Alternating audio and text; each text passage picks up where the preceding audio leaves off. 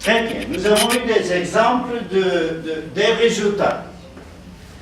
Et on va essayer de jongler un peu avec la terminologie des résultats. Vous avez utilisé le mot objectif. Nous avons des différents objectifs, souvent, dans les projets. Il y a des objectifs spécifiques. Globaux et spécifiques. Et il y a des objectifs globaux. Donc voilà, nous avons l'objectif spécifique. Donc ce résultat, ça peut être lié à un objectif spécifique, mais ça peut être lié aussi à un objectif global. Maintenant, je reviens sur vos exemples. Eau de bonne qualité pour le secteur eau, pour le ministère d'eau. C'est quoi? C'est un intermédiaire, non? Un output. C'est quelque chose, c'est un service Oui, que vous devez fournir. fournir. Voilà. Assurer la bonne qualité, bonne quantité. Donc c'est pour vous, c'est ce qu'on appelle livrable. Livrable. Un produit, service que vous allez rendre à la population. Donc pour vous, c'est un output. C'est un output. C'est peu. Où se trouve exactement le résultat? Je vais vous donner un exemple. On peut dire, voilà, la formation a été faite. Ok. Donc moi, je me pose la question, formation de qui? Ah, c'est 32 représentants de la société civile. Ok, 32 représentants. De combien d'associations? De 16 associations. Ok. Donc 2 personnes par association. Et ils ont été formés. En quoi? Qu'est-ce qu'ils ont appris? Ah, ils ont eu des bonnes pratiques d'intégration environnementale dans le travail des associations. Ah, ok. En plus, ils ont tous contribué à formuler un manuel de bonnes pratiques, qui n'est pas encore fini, mais nous avons toutes les idées de toutes ces associations, et maintenant, avec ça, nous allons, après, produire le manuel. Ce n'est pas encore fini, donc on ne peut pas dire ce résultat est là. Ce résultat est peut-être dans 2 mois, 3 mois, 4 mois. Donc, prochaine fois, on va mettre... Mais il faut creuser un peu. Voyage d'études, combien de personnes? Qu'est-ce qu'ils ont appris?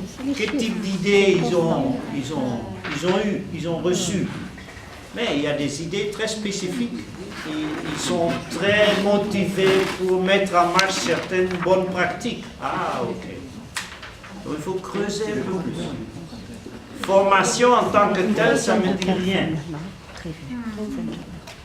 Je pense que je vous ai dit en novembre 2016, au Burkina, souvent on disait par rapport aux formations, on a bien bu et bien mangé.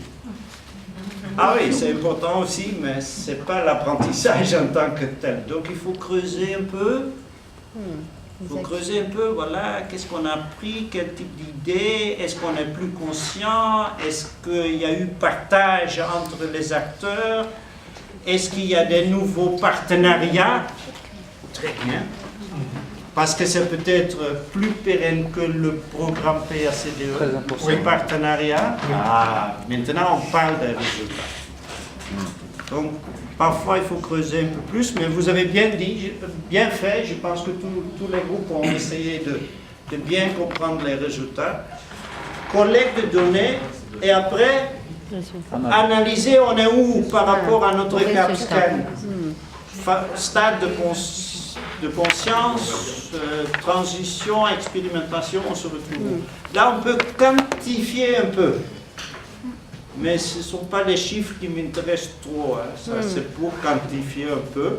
Ça nous aide pour mieux comparer avec la baseline.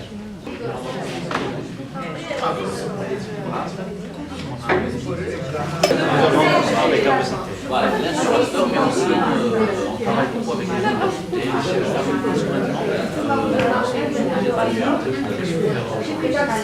Donc vous allez essayer de capter cette information. La baseline est là-bas. Ça, c'est la situation du secteur. Et maintenant, qu'est-ce que nous avons pu améliorer? C'est ça que vous allez dire. Ce qu'on a déjà réalisé. Sélection des candidats.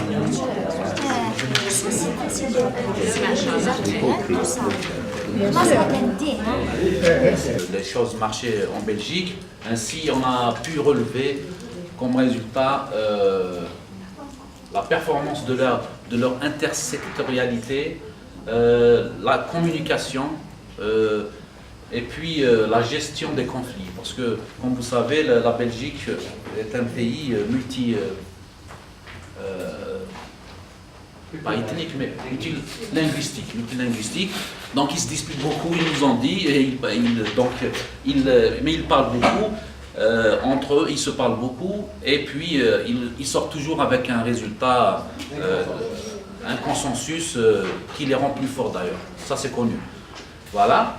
La deuxième action, elle relève du ministère, et donc il y a 4 personnes, 4 chargés de programme qui sont en train de suivre une formation en santé-environnement. Alors, après, réseau surveillance pollen à Alger et à Oran. Ça, c'est une action qui dépend de l'INSP. Je pense que je laisserai docteur Laïd. Concernant le projet pollen, donc le projet pollen rentre dans une stratégie nationale arrêtée par le ministère de la Santé, à savoir, c'est de créer un réseau national. Actuellement, on a commencé, c'est une expérimentation pour nous, il faut d'abord maîtriser par les 2 plus grandes villes d'Algérie, à savoir Alger et Oran. Donc les discussions sont en cours, enfin le projet est validé, donc il y a un cahier de charge qui a été arrêté par nos partenaires belges qui sont l'ISSP, l'Institut, enfin c'est actuellement Sonciane. C'est l'ex-institut scientifique de santé publique de Belgique, avec qui c'est celui qui va, non pas le CERVA. Avec le CERVA. C'est la cartographie des maladies vectorielles, et je laisserai mon collègue dire un mot. C'est lui qui est porteur de ce projet. Alors, brièvement, le but de ce projet, de ce subside, est de cartographier des maladies à transmission vectorielle. Donc, c'est des maladies à moustiques. Le but final n'est pas de produire que des cartes, mais de rendre cet outil cartographique, outil décisionnel pour les institutions comme le MSPERH ou outil de vulgarisation par rapport aux populations. Donc, en termes d'avancement, le contrat de subside n'a pas encore été signé, mais c'est en cours de finalisation, en cours d'écriture. Par rapport à nous, laboratoire d'éco-épidémiologie parasitaire, on a eu certaines avancées de par notre expérience dans le domaine des maladies à transmission vectorielle, en entomologie, en épidémiologie et en cartographie. Nous avons pu, en ce moment, collecter des données environnementales, des données épidémiologiques et des données entomologiques qui sont en cours, des données dans le passé, et de les compiler en fait à travers ce projet pour réaliser nos prédictions en termes de cartographie dans l'espace et dans le temps. Et donc c'est en cours. Et puis on a la 7e action qui, elle, dépend du ministère de la Santé, Et donc on demande l'expertise pour établir un plan de sécurité alimentaire. Vont avoir, pour assurer la qualité de produits mis à la disposition du citoyen algérien. Et là, dans la rédaction du plan national, bon, c'était un projet avec les partenaires, c'était l'OMS. Il se trouve qu'il n'y avait pas d'experts OMS pour pouvoir rédiger avec nous ce plan national. Donc on s'est retourné vers le PRCDE et c'est eux qui vont nous accompagner dans ce sens-là. Nous avons essayé d'identifier les candidats potentiels pour chaque sous-secteur, l'aviation, le maritime, et avec le travaux public, maintenant on a une dizaine de directions. Donc nous avons identifié les personnes potentielles. Nous avons organisé des formations tronc commun pour les mettre au même niveau de sensibilisation. Nous avons choisi les meilleurs et nous les avons envoyés en voyage d'études en Belgique pour s'imprégner des bonnes pratiques. Un groupe sur la marine et l'aviation et le deuxième groupe, le routier, ferroviaire et tout. Et là, à l'issue de tout ce cycle de formation de tronc commun, voyage d'études, nous avons identifié les personnes idoines pour faire partie de cette cellule environnementale. Donc nous sommes en train d'élaborer, nous l'avons élaboré la décision pour créer cette cellule, elle est en cours d'examen par les juristes. Et nous avons reçu 3 offres. Après l'analyse des critères techniques, le marché a été attribué au solutionnaire stratège. Voilà. Donc l'étude débutera bientôt. Oui, c'est un bureau d'études belge et l'étude débutera bientôt. La première partie, je vais la présenter moi-même et la deuxième sera présentée par ma collègue représentante de l'ONU. Donc pour le subside du CNFE, donc c'est un subside dont la convention a été signée dernièrement. C'est un subside donc, qui rentre un petit peu dans les domaines de compétences du CNFE, à savoir la formation, la sensibilisation et l'éducation à l'environnement, l'information environnementale.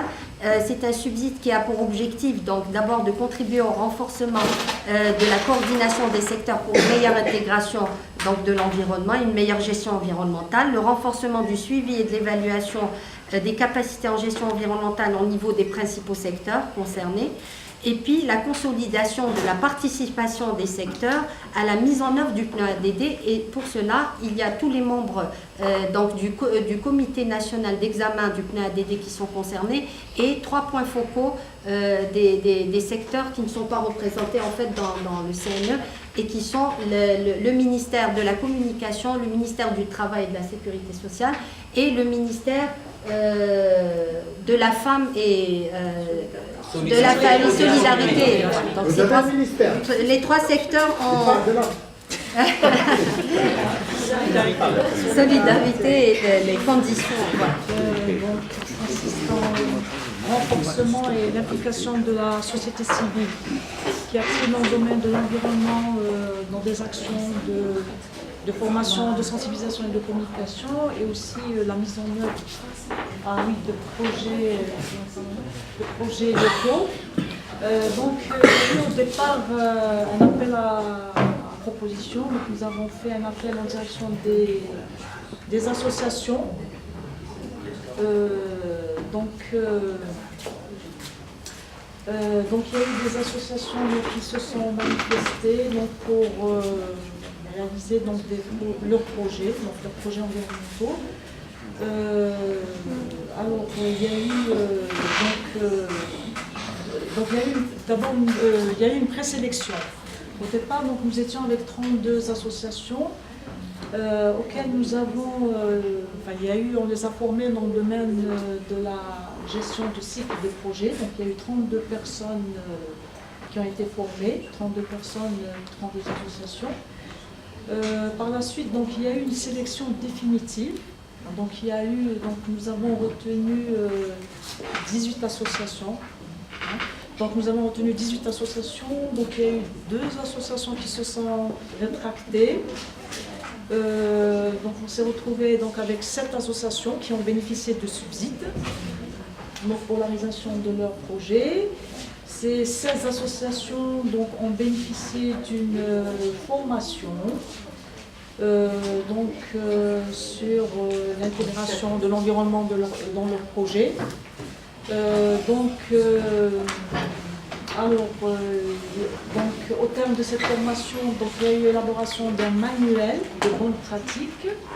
Donc, concernant le premier OP, il est concerné par l'activité d'actualisation du plan national de l'eau. À ce stade, on est à la formalisation de l'activité et le subside qui est signé dernièrement. L'autre action, c'est le marché lancé pour le recrutement d'un expert d'appui concernant l'activité d'actualisation du PR. Donc, on cède la parole à monsieur. Donc, concernant pour le deuxième organisme bénéficiaire, c'est bien que l'Institut national de perfection de l'équipement. Donc, c'est un institut de formation relevant du ministère de son nom. Donc, à ce jour, on a pu faire la signature d'un contrat de partenariat entre l'IMPE et la société Wallon des Eaux.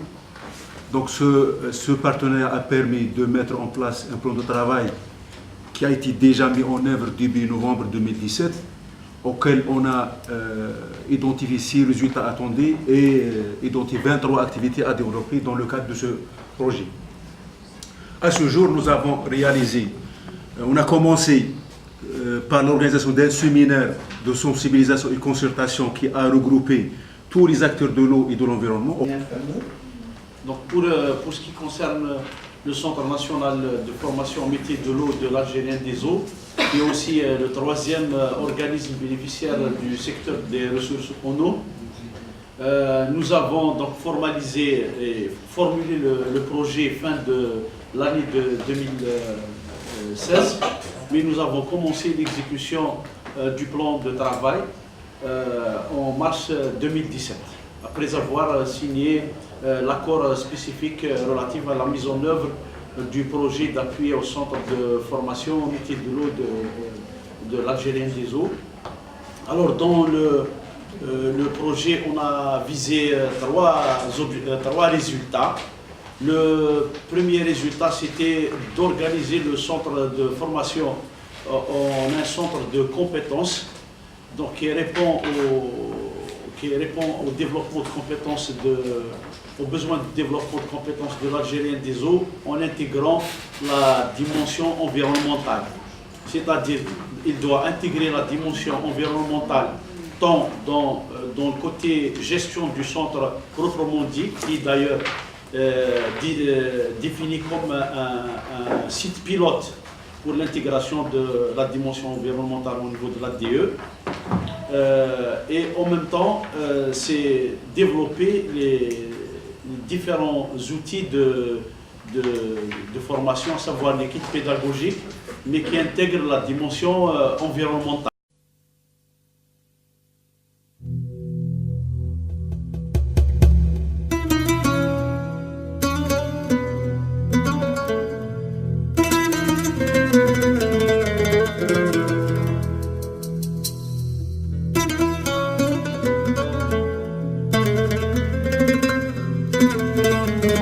Bonjour, je m'appelle Emmanuel Thierry, je suis responsable du projet PRCDE, de coopération de l'agence de coopération belge.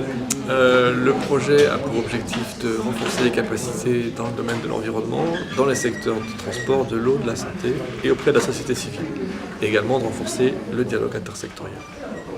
La journée d'aujourd'hui avait pour objectif de faire un point à mi-parcours des objectifs atteints dans le cadre du projet.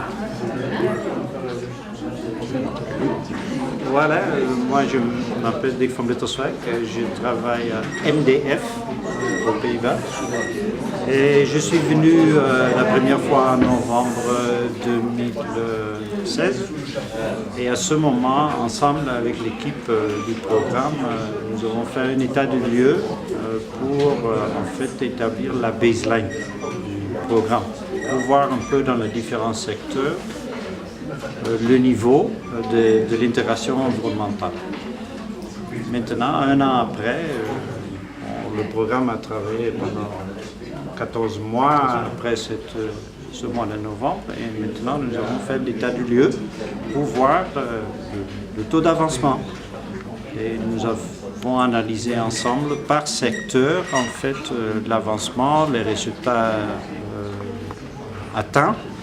Et nous avons échangé cette information et documenté cette information pour apprendre, pour prendre des décisions, pour mieux faire et pour armer aussi le programme pour la période jusqu'à juillet 2019. Voilà.